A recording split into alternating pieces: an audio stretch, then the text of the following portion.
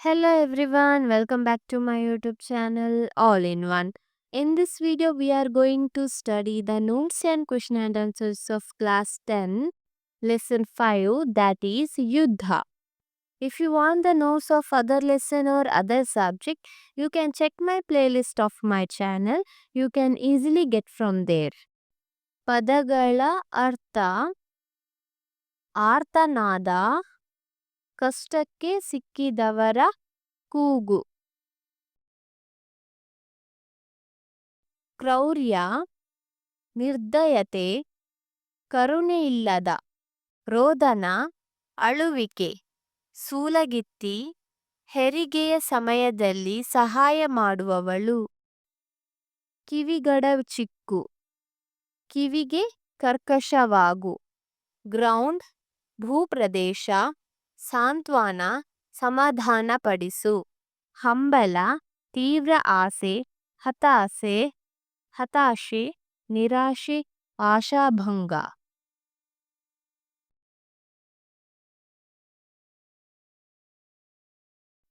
ಕೃತಿಕಾರರ ಪರಿಚಯ ಲೇಖಕಿ ಸಾರಾ ಅಬುಬಕ್ಕರ್ ಕಾಲ 1936 ಸ್ಥಳ ಕಾಸರಗೋಡು ಇವರು ನಾಡಿನ ಖ್ಯಾತ ಕಥೆಗಾರ್ತಿ ಹಾಗೂ ಕಾದಂಬರಿಗಾರ್ತಿಯಾಗಿ ಜನಪ್ರಿಯತೆ ಗಳಿಸಿರುವರು ಕಥಾ ಸಂಕಲನಗಳು ಚಪ್ಪಲಿಗಳು ಕೆಡ್ಡ ಅರ್ಧರಾತ್ರಿಯಲ್ಲಿ ಹುಟ್ಟಿದ ಕೂಸು ಪಯಣ ಪ್ರಶಸ್ತಿ ನೃಪತುಂಗ ಪ್ರಶಸ್ತಿ ಈ ಯುದ್ಧ ಕಥೆಯನ್ನು ಸಾರಾ ಅಬುಬಕ್ಕರ್ ಅವರ ಚಪ್ಪಲಿಗಳು ಕಥಾ ಸಂಕಲನದಿಂದ ಆಯ್ದು ಸಂಪಾದಿಸಿ ನಿಗದಿಪಡಿಸಿದೆ.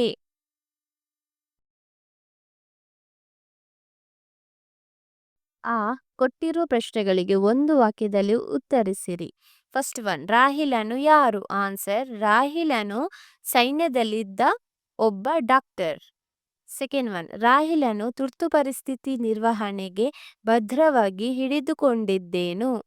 ಆನ್ಸರ್, ರಾಹಿಲನು ತುರ್ತು ಪರಿಸ್ಥಿತಿಗೆ ಬೇಕಾದ ಶಸ್ತ್ರಚಿಕಿತ್ಸಾ ಸಾಮಾನುಗಳ ಪೆಟ್ಟಿಗೆಯನ್ನು ಭದ್ರವಾಗಿ ಹಿಡಿದುಕೊಂಡಿದ್ದನು.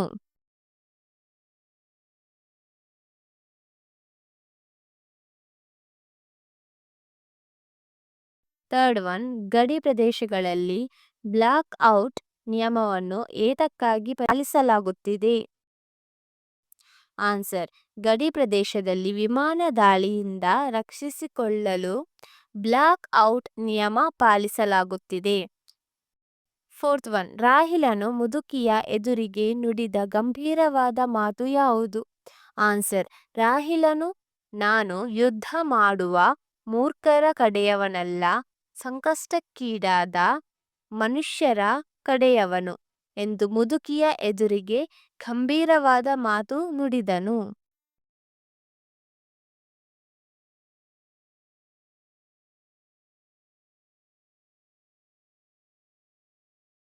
ಫಿಫ್ತ್ ಒನ್, ಯುದ್ಧದ ಬಗೆಗೆ ಮುದುಕಿಯು ಏನೆಂದು ಗೊಣಗಿಕೊಂಡು ಬಾಗಿಲು ತೆರೆದಳು? ಆನ್ಸರ್, ಗಾಯ ಎಲ್ಲರಿಗೂ ದೇಹಕ್ಕೂ ಮನಸ್ಸಿಗೂ ಗಾಯ ಮಾಡುವುದೇ ಯುದ್ಧದ ಪರಿತಾನೆ ಎಂದು ಮುದುಕಿ ಗೊಣಗಿಕೊಳ್ಳುತ್ತಾ ಬಾಗಿಲು ತೆರೆದಳು.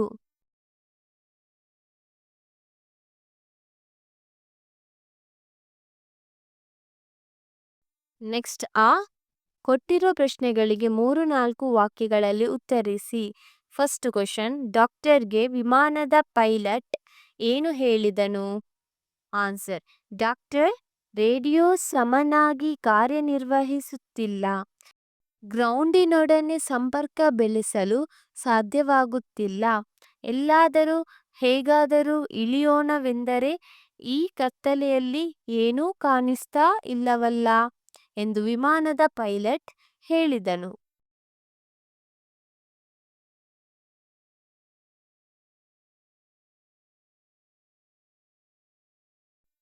ಸೆಕೆಂಡ್ ಕ್ವಶನ್, ಮಹಿಳೆಯ ಆರ್ತನಾದ ಕೇಳಿ ರಾಹಿಲನ ಮನದಲ್ಲಿ ಮೂಡಿದ ಪ್ರಶ್ನೆಗಳಾವುವು? ಆನ್ಸರ್, ಮಹಿಳೆಯ ಆರ್ತನಾದ ಕೇಳಿ ರಾಹಿಲನ ಮನದಲ್ಲಿ ಆ ಮಹಿಳೆ ಯಾವ ರೀತಿಯ ಅಪಾಯದಲ್ಲಿ ಸಿಲುಕಿದ್ದಾಳೆ, ಆ ಮನೆಯೊಳಗೆ ಏನು ಸಂಭವಿಸುತ್ತಿದೆ, ತಾನೀಗ ಈ ಕದನವನ್ನು ತಟ್ಟಿದರೆ ಪರಿಣಾಮವೇನಾಗಬಹುದು? ಆ ಮನೆಯಿಂದ ಒಂದೇ ಒಂದು ಬೆಳಕಿನ ಕಿರಣವೂ ಹೊರಗಡೆ ಹಾಯುತ್ತಿರಲಿಲ್ಲ. ಗಡಿ ಪ್ರದೇಶದಲ್ಲಿ ವಿಮಾನ ದಾಳಿಯಿಂದ ರಕ್ಷಿಸಿಕೊಳ್ಳಲು ಬ್ಲಾಕ್ ಔಟ್ ನಿಯಮ ಪಾಲಿಸಲಾಗುತ್ತಿದೆ. ಇಂತಹ ಈ ಸಮಯದಲ್ಲಿ ಆ ಮನೆಯೊಳಗೆ ಯಾವ ರೀತಿಯ ಕ್ರೌರ್ಯ ನಡೆಯುತ್ತಿದೆ ಎಂಬ ಪ್ರಶ್ನೆಗಳು ಮೂಡಿದವು.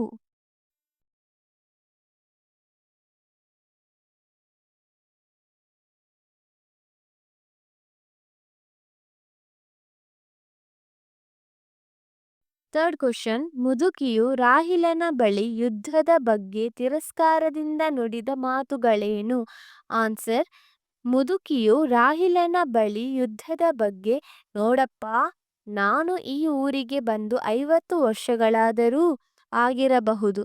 ಮದುವೆಯಾಗಿ ವಧುವಾಗಿ ಈ ಊರನ್ನು ಪ್ರವೇಶಿಸಿದೆ. ಕೆಲವು ಕಾಲ ನೆಮ್ಮದಿಯಿಂದಲೇ ಇದ್ದೆವು. ಜಮೀನು ಆಸ್ತಿ ನಮಗೆ ಸಾಕಾಗುವಷ್ಟಿತ್ತು. ಈಗಲೂ ಇದೆಯೇನೋ. ಆದರೆ ನೆಮ್ಮದಿಯಿಂದ ಬದುಕಲು ಈ ಜನ ಬಿಡಬೇಕಲ್ಲ. ಯುದ್ಧವಂತೆ ಯುದ್ಧ ಎಂದು ತಿರಸ್ಕಾರದಿಂದ ನುಡಿದಳು.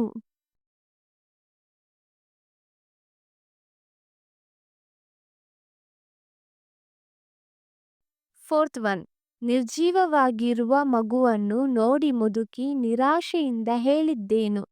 ಆನ್ಸರ್: ನಿರ್ಜೀವವಾಗಿರುವ ಮಗುವನ್ನು ನೋಡಿ ಮುದುಕಿಯು, ಇಷ್ಟು ವರ್ಷಗಳಿಂದಲೂ ಹಂಬಲಿಸಿ ಹುಟ್ಟಿದ ಮಗು ಕೊನೆಗೂ ದಕ್ಕಲಿಲ್ಲವಲ್ಲ. ಈ ಯುದ್ಧವಿಲ್ಲದೆ ಹೋಗಿದ್ದರೆ ನನ್ನ ಮಗುವನ್ನು ಹೇಗಾದರೂ ಬದುಕಿಸಿಕೊಳ್ಳುತ್ತಿದ್ದೆವಲ್ಲ. ದೇವರೇ, ಈ ಮನುಷ್ಯರಿಗೆ ಎಂತಹ ಬುದ್ಧಿ ಕೊಡುತ್ತೀಯಾ ಎಂದು ನಿರಾಶೆಯಿಂದ ಹೇಳಿದಳು.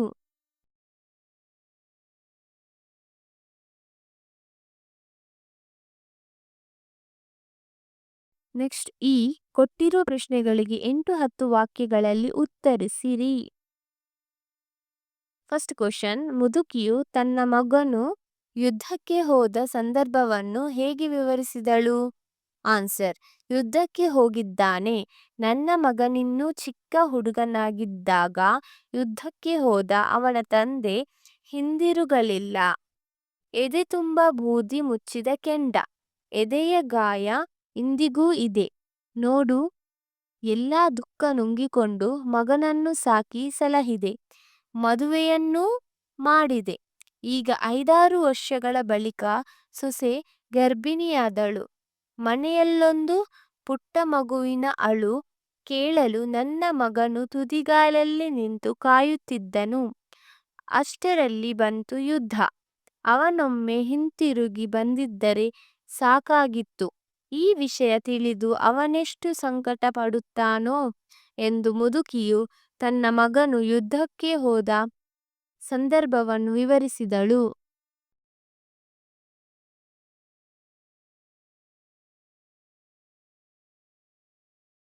ಸೆಕೆಂಡ್ ಒನ್, ರಾಹಿಲನು ಮುದುಕಿಯ ಕುಟುಂಬಕ್ಕೂ ಮುದುಕಿಯು ರಾಹಿಲನಿಗೂ ಮಾಡಿದ ಸಹಾಯವನ್ನು ಸಂಕ್ಷಿಪ್ತವಾಗಿ ವಿವರಿಸಿ.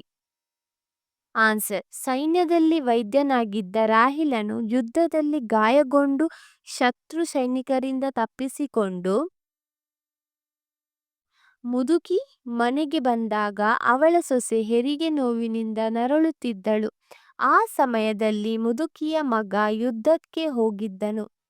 ಯುದ್ಧದ ವಾತಾವರಣ ಇದ್ದುದರಿಂದ ಡಾಕ್ಟರ್ ಅಥವಾ ಸೋಲಗಿತ್ತಿಯನ್ನು ಕರೆಯಲು ಸಾಧ್ಯವಾಗದೆ ಮುದುಕಿ ಸಂಕಟಪಡುತ್ತಿದ್ದಳು. ಈ ವಿಷಯವನ್ನು ಮುದುಕಿಯಿಂದ ತಿಳಿದ ರಾಹಿಲನು ತಾನು ಒಬ್ಬ ವೈದ್ಯನಾಗಿದ್ದು ಆಕೆಯನ್ನು ಪರೀಕ್ಷಿಸುವುದಾಗಿ ತಿಳಿಸಿದನು. ತನ್ನ ಕಾಲಿಗೆ ಪೆಟ್ಟಾಗಿದ್ದರೂ ನೋವನ್ನು ಸಹಿಸಿಕೊಂಡು ಬಹಳ ಹೊತ್ತು ಪ್ರಯತ್ನಿಸಿ ಮಗುವನ್ನು ಹೊರತೆಗೆದನು. ಆದರೆ ಅದು ನಿರ್ಜೀವವಾಗಿತ್ತು. ಅದರ ತಾಯಿ ಬದುಕಿದಳು.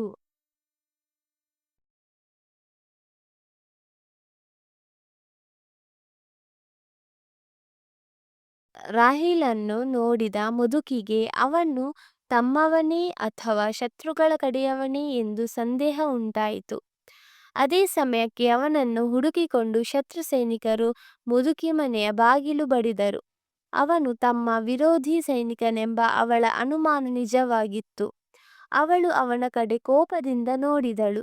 ಆದರೆ ರಾಹೀಲ ದಯನೀಯ ನೋಟದಿಂದ ಬಾಗಿಲು ತೆರೆಯಬೇಡಿ ಎಂದು ಕೈ ಸನ್ನೆ ಮಾಡಿದನು.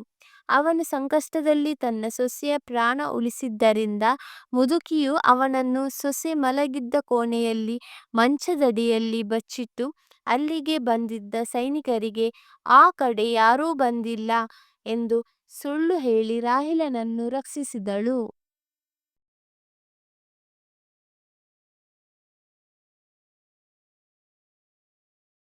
ಥರ್ಡ್ ಕ್ವಶನ್, ಯುದ್ಧದಿಂದ ಆಗುವ ಅನಾಹುತಗಳ ಬಗ್ಗೆ ನಿಮ್ಮ ಅಭಿಪ್ರಾಯವನ್ನು ಬರೆಯಿರಿ. ಆನ್ಸರ್: ಯುದ್ಧದ ಭೀಕರತೆಯು ಧರ್ಮ ದೇಶಗಳ ಭೇದವಿಲ್ಲದೆ ಭಾಗಿಯಾದ ಸೈನಿಕರಿಗೂ ಅವರ ಕುಟುಂಬ ವರ್ಗದವರಿಗೂ ಹಾಗೂ ದೇಶಕ್ಕೂ ನಾನಾ ರೀತಿಯ ಸಂಕಷ್ಟಗಳನ್ನು ತಂದೊಡ್ಡುತ್ತದೆ. ಯುದ್ಧದಿಂದಾಗಿ ಸಾವಿರಾರು ಜನ ಸೈನಿಕರು ಬಲಿಯಾಗುತ್ತಾರೆ. ಅದರಿಂದ ಅವರ ಕುಟುಂಬದ ವರ್ಗ ಬೀದಿಪಾಲಾಗುತ್ತದೆ. ಸಾರ್ವಜನಿಕ ಆಸ್ತಿ ಪಾಸ್ತಿ ಮನೆ ಮಠಗಳು ಹಾಳಾಗುತ್ತವೆ. ಯುದ್ಧ ಒಂದು ಪೀಳಿಗೆಯ ಸುಖ ಜೀವನವನ್ನು ಕಸಿಯಬಲ್ಲದು. ಭೌತ ಸ್ವರೂಪದ ಹಾನಿ ಉಂಟಾಗಿ ಗತಿಚಕ್ರ ಹಿಂದಕ್ಕೆ ಓಡುತ್ತದೆ. ಯುದ್ಧವೆನ್ನುವುದು ಮಾನವ ನಿರ್ಮಿತ ಕೆಡುಕಿನ ಕಾರ್ಯ. ಯುದ್ಧದ ಸಂದರ್ಭದಲ್ಲಿ ಹಾಕಲಾಗುವ ಬಾಂಬ್ಗಳಿಂದ ಆ ಪ್ರದೇಶವೇ ಸುಟ್ಟು ಹೋಗುವುದಲ್ಲದೆ ಹಲವಾರು ವರ್ಷಗಳವರೆಗೆ ಆ ಪ್ರದೇಶದ ಸುತ್ತಲೂ ವಾಸಿಸುವ ಜಾನುವಾರು, ಸಸ್ಯವರ್ಗ, ಜೀವ ಸಂಕುಲದ ವಂಶವಾಹಿಯ ಮೇಲೆ ಪರಿಣಾಮ ಬೀರುವುದಲ್ಲದೆ ಅಲ್ಲಿ ಜನಿಸುವ ಮಕ್ಕಳು ಅಂಗಹೀನವಾಗಿ ಹುಟ್ಟುತ್ತಾರೆ. ಇದಕ್ಕೆ ಹಿರೋಷಿಮಾ ಮತ್ತು ನಾಗಸಾಕಿಗಳೇ ಸಾಕ್ಷಿ. ಯುದ್ಧದಲ್ಲಿ ಭಾಗವಹಿಸುವ ಎರಡೂ ದೇಶಗಳು ನಷ್ಟಕ್ಕೀಡಾಗುತ್ತವೆ. ಆ ಮೂಲಕ ಆರ್ಥಿಕ ಸಂಕಷ್ಟ ತಲೆದೋರುತ್ತದೆ. ಯುದ್ಧದಿಂದ ಲಾಭವಾಗುವುದಕ್ಕಿಂತ ನಷ್ಟವೇ ಹೆಚ್ಚು. ಅದನ್ನರಿತು ಎಲ್ಲ ರಾಷ್ಟ್ರಗಳು ಶಾಂತಿ ಪಾಲನೆ ಮಾಡುವುದು ಅತ್ಯವಶ್ಯಕವಾಗಿದೆ.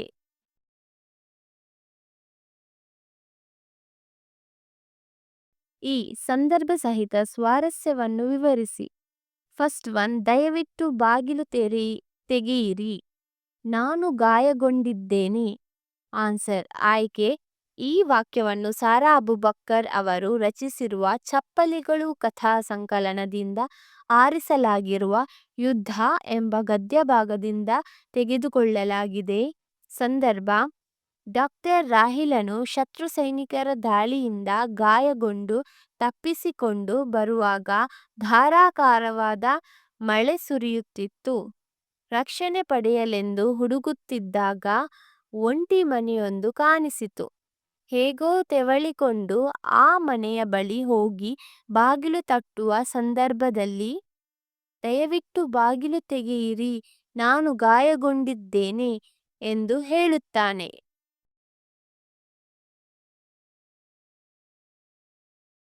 ಸ್ವಾರಸ್ಯ: ರಾಹೀಲನು ಶತ್ರುಗಳಿಂದ ತಪ್ಪಿಸಿಕೊಂಡು ಶತ್ರುದೇಶದ ಮನೆಗೆ ಬಂದು ರಕ್ಷಣೆ ಪಡೆಯಲು ಪ್ರಯತ್ನಿಸುವ ಸನ್ನಿವೇಶ ಇಲ್ಲಿನ ಸ್ವಾರಸ್ಯವಾಗಿದೆ.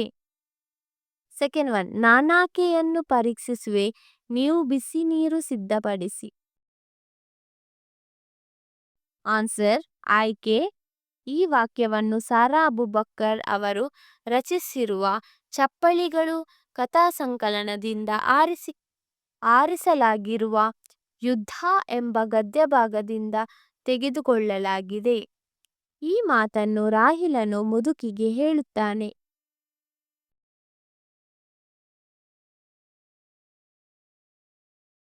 ಸಂದರ್ಭ: ಮುದುಕಿಯು ನನ್ನ ಸೊಸೆ ಹೆರಿಗೆಯ ಬೇನೆ ತಿನ್ನುತ್ತಿದ್ದಾಳೆ. ಸಂಜೆಯಿಂದಲೇ ನೋವು ಪ್ರಾರಂಭವಾಗಿದೆ.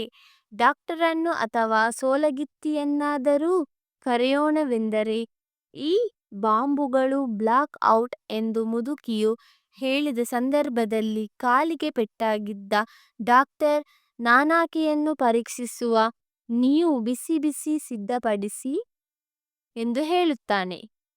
ಸ್ವಾರಸ್ಯ, ತನ್ನ ಕಾಲಿಗೆ ಪೆಟ್ಟಾಗಿದ್ದರೂ ಅದನ್ನು ಲೆಕ್ಕಿಸದೆ ಮುದುಕಿಯ ಸೊಸೆಗೆ ಹೆರಿಗೆ ಮಾಡಿಸಲು ಮುಂದಾಗುವ ರಾಹಿಲನ ವೃತ್ತಿ ಧರ್ಮ ಇಲ್ಲಿ ಸ್ವಾರಸ್ಯಪೂರ್ಣವಾಗಿ ವ್ಯಕ್ತವಾಗಿದೆ.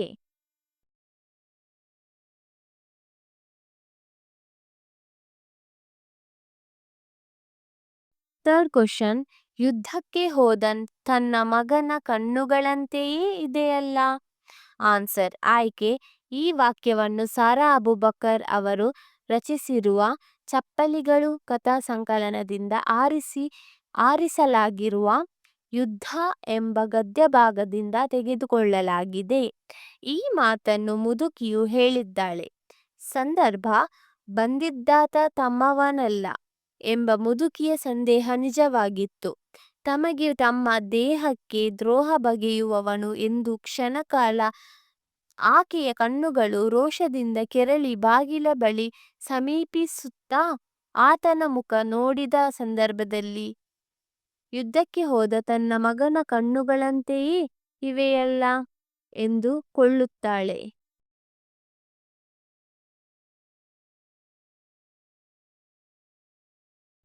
ಸ್ವಾರಸ್ಯ, ಕಷ್ಟದಲ್ಲಿದ್ದರೂ ತನ್ನ ಸೊಸೆಯ ಪ್ರಾಣ ಉಳಿಸಿದ ರಾಹಿಲನಲ್ಲಿ ತನ್ನ ಮಗನನ್ನು ಕಾಣುವ ಮುದುಕಿಯ ಪುತ್ರವಾತ್ಸಲ್ಯ ಸ್ವಾರಸ್ಯಪೂರ್ಣವಾಗಿ ವ್ಯಕ್ತವಾಗಿದೆ.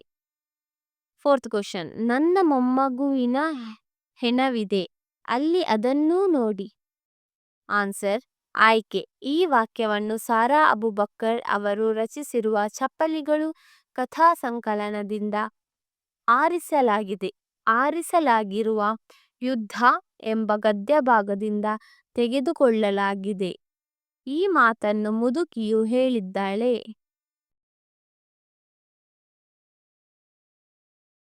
ಸಂದರ್ಭ, ಸೈನಿಕರು ಉಡುಪಿನಲ್ಲಿದ್ದ 4-5 ಜನರು ಯಾರಾದರೂ ಗಾಯಗೊಂಡ ಸೈನಿಕರು ಈ ಕಡೆ ಬಂದಿದ್ದಾರೆಯೇ ಎಂದು ಕೇಳುತ್ತಾ ಮುದುಕಿಯ ಮನೆಗೆ ನುಗ್ಗಿದಾಗ ಮುದುಕಿಯು ಇಲ್ಲವಲ್ಲ ಎನ್ನುತ್ತಾಳೆ. ಆಗ ಅಧಿಕಾರಿ, ಆದರೂ ಈ ಮನೆಯಲ್ಲೊಮ್ಮೆ ನೋಡಿಬಿಡಿ ಎಂದು ಸೈನಿಕರಿಗೆ ಅಪ್ಪಣೆ ಮಾಡಿದ ಸಂದರ್ಭದಲ್ಲಿ ರಾಹಿಲನನ್ನು ರಕ್ಷಿಸುವ ಸಲುವಾಗಿ ಮುದುಕಿ, ನೋಡಿ, ನನ್ನ ಮೊಮ್ಮಗುವಿನ ಹೆಣವಿದೆ ಅಲ್ಲಿ ಅದನ್ನೂ ನೋಡಿ.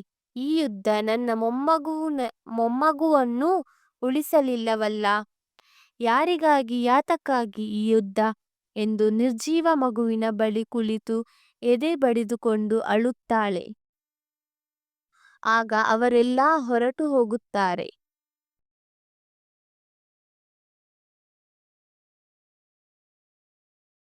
ಸ್ವಾರಸ್ಯ, ಶತ್ರು ದೇಶದವನಾದರೂ ತನ್ನ ಗಾಯವನ್ನು ಸಹಿಸಿಕೊಂಡು ಸೊಸೆಯ ಪ್ರಾಣ ಉಳಿಸಿದ ರಾಹಿಲನನ್ನು ರಕ್ಷಿಸಲು ಮುದುಕಿಯ ಉಪಾಯ ಮತ್ತು ಮಾನವೀಯ ಗುಣ ಇಲ್ಲಿ ವ್ಯಕ್ತವಾಗಿದೆ.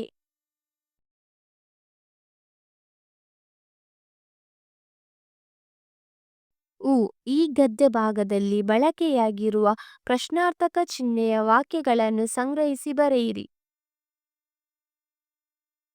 ಕತ್ತಲೆಯಲ್ಲಿ ಏನೂ ಕಾಣಿಸ್ತಾ ಇಲ್ಲವಲ್ಲ, ಈ ನೆಲ ಯಾರಿಗೆ ಸೇರಿದ್ದು? ಆ ಮಹಿಳೆ ಯಾವ ರೀತಿಯ ಅಪಾಯದಲ್ಲಿ ಸಿಲುಕಿದ್ದಾಳೆ? ಆ ಮನೆಯೊಳಗೆ ಏನು ಸಂಭವಿಸುತ್ತಿದೆ? ತಾನೀಗ ಈ ಕದವನ್ನು ತಟ್ಟಿದರೆ ಪರಿಣಾಮವೇನಾಗಬಹುದು? ಈ ಸಮಯದಲ್ಲಿ ಆ ಮನೆಯೊಳಗೆ ಯಾವ ರೀತಿಯ ಕ್ರೌರ್ಯ ನಡೆಯುತ್ತಿದೆ? ಏನು ಮಾಡಲಿ ಮಗಳೇ? ಈ ಮಳೆಯಲ್ಲಿ, ಈ ಕತ್ತಲಲ್ಲಿ ನಾನು ಯಾರನ್ನು ಕರೆಯಲಿ? ಯಾರಪ್ಪ ಅದು? ಈ ಮಳೆಯಲ್ಲಿ, ಈ ಕತ್ತಲ ಗುಹೆಯಲ್ಲಿ ಯಾರು?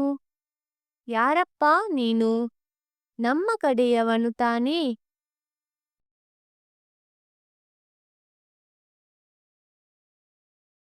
ಯಾರಮ್ಮ ಅದು? ಏನಾಗಿದೆ? ಏನು ಹೇಳಲಪ್ಪ? ಯಾರಿಗೆ ಬೇಕಾಗಿದೆ ಈ ಯುದ್ಧ? ನಾನು ಆಕೆಯನ್ನು ಪರೀಕ್ಷಿಸಲೇ? ಯಾಕೆ ಎದ್ದು ನಿಲ್ಲಲಾಗುತ್ತಿಲ್ಲವೇ? ಈ ಮನುಷ್ಯರಿಗೆ ಎಂತಹ ಬುದ್ಧಿ ಕೊಡುತ್ತೀಯಾ? ಯಾರದು ಒಳಗೆ? ನಮ್ಮವರೇ ಅಥವಾ ಆ ಕಡೆಯವರೇ?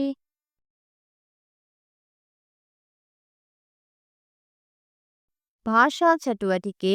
ಕೊಟ್ಟಿರುವ ಗಾದೆಗಳ ಅರ್ಥವನ್ನು ವಿವರಿಸಿ ಬರೆಯಿರಿ. ಫಸ್ಟ್ ಒನ್, ಸತ್ಯಕ್ಕೆ ಸಾವಿಲ್ಲ, ಸುಳ್ಳಿಗೆ ಸುಖವಿಲ್ಲ. ಇದೊಂದು ಪ್ರಸಿದ್ಧ ಗಾದೆ ಮಾತಾಗಿದೆ. ಇದು ನಮ್ಮ ಹಿರಿಯರು ತಮ್ಮ ಜೀವನಾನುಭವದಿಂದ ಕಂಡುಕೊಂಡ ಸತ್ಯವಾಗಿದ್ದು, ಈ ಗಾದೆಯು ಜೀವನದ ಎರಡು ಪ್ರಮುಖ ಮೌಲ್ಯಗಳಾದ ಸತ್ಯ ಮತ್ತು ಸುಳ್ಳುಗಳ ಮಹತ್ವವನ್ನು ಸರಳವಾಗಿ ವಿವರಿಸುತ್ತದೆ. ಸತ್ಯಕ್ಕೆ ಸಾವಿಲ್ಲ ಎಂದರೆ ಸತ್ಯವು ಶಾಶ್ವತವಾದುದು ಮತ್ತು ಅಂತಿಮವಾಗಿ ಯಾವಾಗಲೂ ಗೆಲ್ಲುತ್ತದೆ. ತಾತ್ಕಾಲಿಕವಾಗಿ ಸತ್ಯವನ್ನು ಮುಚ್ಚಿಡಲು ಪ್ರಯತ್ನಿಸಿದರೂ ಅದು ಎಂದಿಗೂ ಸಂಪೂರ್ಣವಾಗಿ ನಾಶವಾಗುವುದಿಲ್ಲ.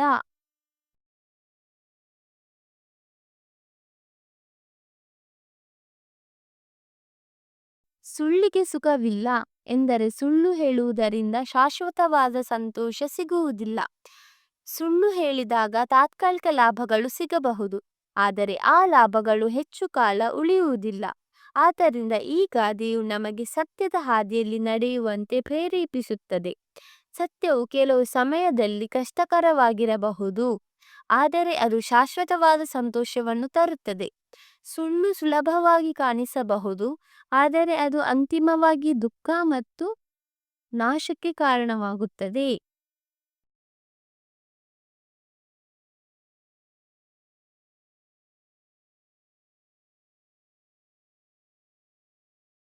ಸೆಕೆಂಡ್ ಒನ್, ಆಳಾಗಬಲ್ಲವನು ಅರಸನಾಗಬಲ್ಲನು. ಆನ್ಸರ್, ಇದೊಂದು ಪ್ರಸಿದ್ಧ ಗಾದೆ ಮಾತಾಗಿದೆ. ಇದು ನಮ್ಮ ಹಿರಿಯರು ತಮ್ಮ ಜೀವನಾನುಭವದಿಂದ ಕಂಡುಕೊಂಡ ಸತ್ಯವಾಗಿದ್ದು, ಇದರ ಸರಳ ಅರ್ಥವೇನೆಂದರೆ ಸೇವಕನಾಗಿ ಕೆಲಸ ಮಾಡಲು ಸಾಧ್ಯವಾದವನು ರಾಜನಾಗಲು ಸಮರ್ಥನಾಗುತ್ತಾನೆ ಎಂಬುದಾಗಿದೆ. ಆಳವಾಗಿ ಕೆಲಸ ಮಾಡುವಾಗ ಒಬ್ಬ ವ್ಯಕ್ತಿಯು ಜವಾಬ್ದಾರಿಯನ್ನು ಹೊರಲು, ನಿಯಮಗಳನ್ನು ಪಾಲಿಸಲು ಮತ್ತು ತಂಡದೊಂದಿಗೆ ಕೆಲಸ ಮಾಡಲು ಕಲಿಯುತ್ತಾನೆ.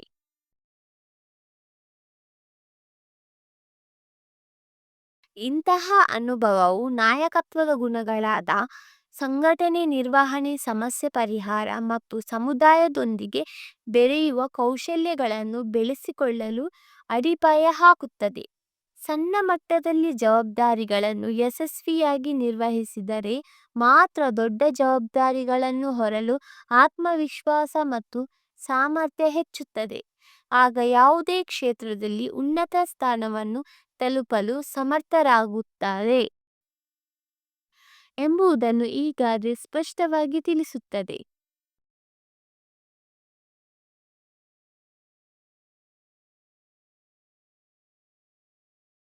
ನೆಕ್ಸ್ಟ್ ಕೊಟ್ಟಿರುವ 4 ಉತ್ತರಗಳಲ್ಲಿ ಸರಿಯಾದ ಉತ್ತರವನ್ನು ಆರಿಸಿ ಬರೆಯಿರಿ. ಫಸ್ಟ್ ಒನ್, ರಾಹಿಲನ ದೇಹದಲ್ಲಿ ಡ್ಯಾಶ್ ಸಂಚಾರವಾದಂತಾಯಿತು. ಆನ್ಸರ್, ಹೊಸ ರಕ್ತ. ಸೆಕೆಂಡ್ ಕ್ವಶನ್, ನರಳಾಟದ ಬೆನ್ನಲ್ಲೇ ಹಿರಿಯ ಹೆಂಗಸೊಬ್ಬಳ ಡ್ಯಾಶ್ ಕೇಳಿ ಬಂತು. ಸಾಂತ್ವನ. ಥರ್ಡ್ ಒನ್, ಮುದುಕಿ ಮತ್ತು ಸೊಸೆಯ ಡ್ಯಾಶ್ ಮನೆಯ ಮೂಲೆ ಮೂಲೆಯಲ್ಲಿ ಪ್ರತಿಧ್ವನಿಸಿತು. ಆನ್ಸರ್, ರೋದನ. ಫೋರ್ತ್ ಒನ್, ಯಾರಾದರೂ ಗಾಯಗೊಂಡ ಡ್ಯಾಶ್ ಈ ಕಡೆ ಬಂದಿದ್ದಾರೆಯೇ? ಆನ್ಸರ್, ಸೈನಿಕರು. ಫಿಫ್ತ್ ಕ್ವಶನ್, ಮನೆಯಲ್ಲೊಂದು ಪುಟ್ಟ ಮಗುವಿನ ಅಳು ಕೇಳಲು ನನ್ನ ಡ್ಯಾಶ್ ತುದಿಗಾಲಲ್ಲಿ ನಿಂತು ಕಾಯುತ್ತಿದ್ದನು. ಮಗನು. So this is all about your lesson number 5, that is Yuddha. As I told you, if you want more lesson, check the playlist of my channel. Thank you.